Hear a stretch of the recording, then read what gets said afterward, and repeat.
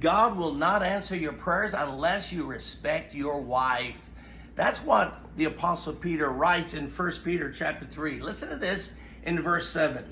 Husbands, in the same way, be considerate as you live with your wives, and treat them with respect as the weaker partner and as heirs with you of the gracious gift of life, so that nothing will hinder your prayers.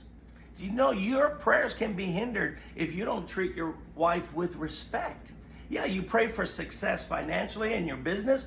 You're going to hinder your prayers if you're coming home and treating her with disrespect.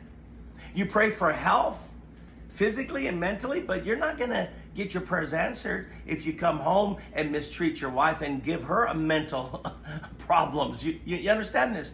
Friend, how husbands treat their wives will have bearing on whether their prayers will be powerful and effective.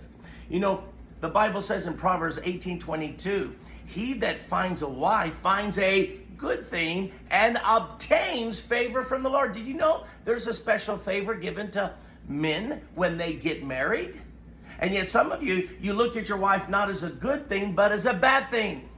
As long as you see her as a bad thing, as a ball and chain, she's just as a hindrance. She just doesn't understand. She makes my life miserable. Well, see, you're treating your wife not as a blessing from God, but as a curse.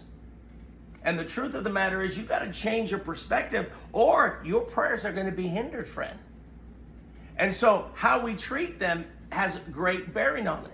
Listen to what Peter says. Let's dissect this verse for a moment. In the same way, be considerate as you live with your wives and treat them with respect. So respect means honor. You honor your wife. And listen, God has honored the female race. The fact that they live longer than men shows the favor of God upon them. So if you're not going to show respect to the very vessels that God respects, you're going to have a problem on your hand.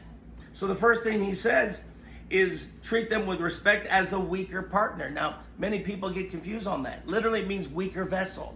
In my house, I have plastic cups, but I also have china. I could drop a plastic cup and it'll bounce right back and I can still drink it. But china is more expensive, more valuable. I bring it out when I bring it out special guests, right? But if I drop it, I break it. See, a weaker vessel doesn't mean a less important vessel. Only that God is saying to the husbands, she's weaker than you men. She's weaker emotionally. She's more emotional. She's physically less stronger than you.